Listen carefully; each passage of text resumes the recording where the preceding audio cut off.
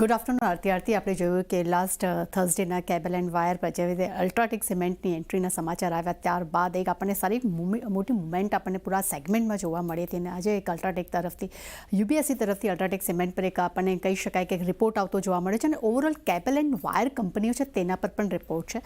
ખાસ કરીને યુબીએસસીના પહેલાં રિપોર્ટ પર નજર કરશું તો તેમનું કહેવું છે કે અલ્ટ્રાટેક સિમેન્ટથી જોડાયેલા બિઝનેસથી કંપનીની ફાયદો થવાની એક જે એમની સ્ટ્રેટેજી છે તે અહીંયા નજર આવી રહી છે. એટલું જ નહીં, અલ્ટ્રાટેકને 60% આવક જે તે હાઉસિંગ વાયરથી આવવાની તેઓ અપેક્ષા રાખી રહ્યા છે અને 40% આવક જે છે તે કેબલ સેગમેન્ટથી રહેવાની પણ તેઓ અપેક્ષા રાખી રહ્યા છે. એટલું જ નહીં, અલ્ટ્રાટેક સિમેન્ટ જે છે તેને CNW એટલે કે કેબલ એન્ડ વાયર ક્ષેત્રમાં નફાકારકતા એક લક્ષ્ય તે આવનારા સમયમાં તે બનાવી રહ્યું છે, તેના પર તે કામ પણ કરી રહ્યું છે અને FY31 સુધીમાં ખાસ કરીને આ સેગમેન્ટમાં 1800 કરોડના કેપેક્સની યોજના પણ અહીંયા કંપની બનાવી રહી છે અને યુટિલાઇઝેશન પર કંપનીનું સૌથી વધુ ફોકસ પણ અહીંયા જોવા મળી રહ્યું છે. પરંતુ તે સાથે તેમને KI ઇન્ડસ્ટ્રી માટે પણ તેમને બાય રેટિંગ્સ આપ્યા છે, પરંતુ આ ટાર્ગેટ્સ તેમને ઘટાડી દીધા છે. તેમને 5,700થી ઘટાડીને 5,000 રૂપિયા પ્રતિ શેર કર્યા છે અને પોલીકેપ માટે પણ તેઓ બાય રેટિંગ્સ જે છે તેમને રાખી છે.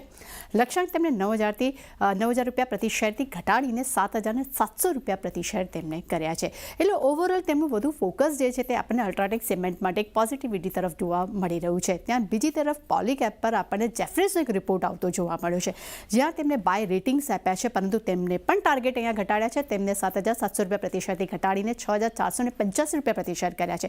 તેમનું માનવું છે કે CNW એટલે કે કેબલ એન્ડ વાયર સેગમેન્ટમાં અલ્ટ્રાટેકની એન્ટ્રીની બાદ ત્યારબાદ આ લગભગ 2 ક્ષેત્રમાં આ સ્ટોક્સમાં 20% ઘટાડો જોવા મળ્યો છે અને FY25-27 દરમિયાન સેલ્સ અને નફા પર વધુ અસર નહીં પડી શકે અને ખાસ કરીને તેમનો જે નફો અને સેલ્સ જે છે તે 22%થી 28% ગ્રોથની પણ તેઓ અપેક્ષા રાખી રહ્યા છે અને ખાસ કરીને CNW નવા ઓર્ડર્સ અને FMCGમાં સુધારાથી સેલ્સને અને નફાને એક સપોર્ટ પણ મળી શકે છે.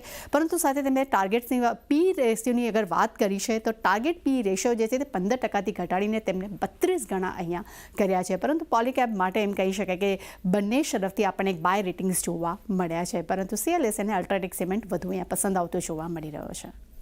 ઓકે, તો ખાસ કરીને બ્રોકરેજ રિપોર્ટના કારણે આ સ્ટોક આપણને ફોકસમાં આવતા દેખાઈ રહ્યા છે. આભાર તૃપ્તિ આપનો સમગ્ર માહિતી આપવા માટે.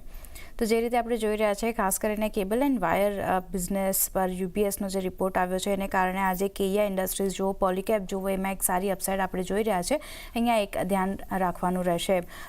ગૌરાંગજી, અલ્ટ્રાટેક સિમેન્ટની જ્યારે આપણે ચર્ચા કરી ત્યારે તમે ઉલ્લેખ કર્યો હતો આ કેબલ એન્ડ વાયર સેગમેન્ટમાં જે રીતે આપણે જોઈ રહ્યા છે એક તેજી સાથેનું કામકાજ થઈ રહ્યું છે.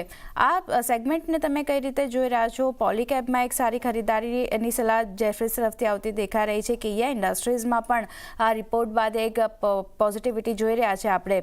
આ સેગમેન્ટ માટે કઈ રીતે ધ્યાન રાખવું?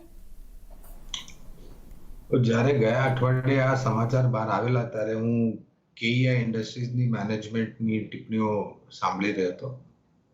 અનિવાર્ય છે ડિસ્ક્લોઝર આપવા માટે કે જેમ મેં પહેલા કીધું કે KI ઇન્ડસ્ટ્રીઝ પર અમારી ખરીદારીની ભલામણ છે અને ગયા અઠવાડિયે જ્યારે આ સમાચાર આવ્યા ત્યારે આપણી સહયોગી ચેનલ CNBC આવાજ પર હતો, ત્યારે બી મેં એ જ કીધું અને ત્યારે કરેક્શન ઘણું વધારે પડતું હતું, લગભગ 8-10% અથવા તો એના વધારેનું કરેક્શન હતું. મને બરાબર ધ્યાન નથી કેટલા ટકા ડાઉન હતું.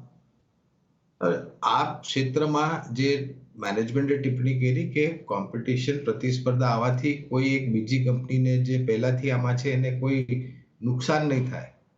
કોમ્પિટિશન આવે તો બધા માટે જગા છે અને બધા જ કારોબાર કરી શકે છે, એવી બધી ટિપ્પણી કરેલી. અને પોલીપ્લેક્સ અને KI ઇન્ડસ્ટ્રીઝના બંને મેનેજમેન્ટે કીધેલું કે એમના કામકાજને શરૂ કરવા માટે હજુ અહીંયાથી મારા ખ્યાલથી અનુમાનિત લગભગ 2 કે 3 વર્ષ વધારે લાગશે કામકાજને શરૂ થવા માટે અને બજારમાં પ્રતિસ્પર્ધા આવવા માટે. અને એ આવે બી તો બી ઘણા બધા લોકોની હજી જગા છે આ ક્ષેત્રમાં. એટલે એવું નથી કે આ બધી કંપનીઓનું કામકાજ ઠપ થઈ જશે ને બેલેન્સ શીટ નુકસાનમાં જતી રહેશે. આ એક ડર અથવા તો ભય હતો ગયા અઠવાડિયે, હવે જતો. જેમ ટેસ્લાના સમાચાર આવેલા અને મેં કીધેલું આપણા ચેનલ CNBC બજાર પર કે વાઘ આવ્યો. હવે આ તમે વિચાર કરો, મુંબઈમાં BKCમાં એ લોકોએ લગભગ 35 કે 40 લાખ રૂપિયા મહિને ભાડામાં જગા લીધી છે 4,000 સ્ક્વેર ફૂટ.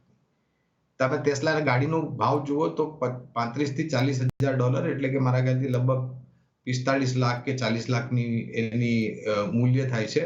એની સાથે ટેક્સ અને ઇન્સ્યોરન્સ ને બાકી બધું. એ જ લેવલની ગાડીઓ તમને ઓલરેડી ભારતમાં છે. M&M પાસે છે, ટાટા મોટર પાસે છે, મારુતિ લોન્ચ કર્યું છે.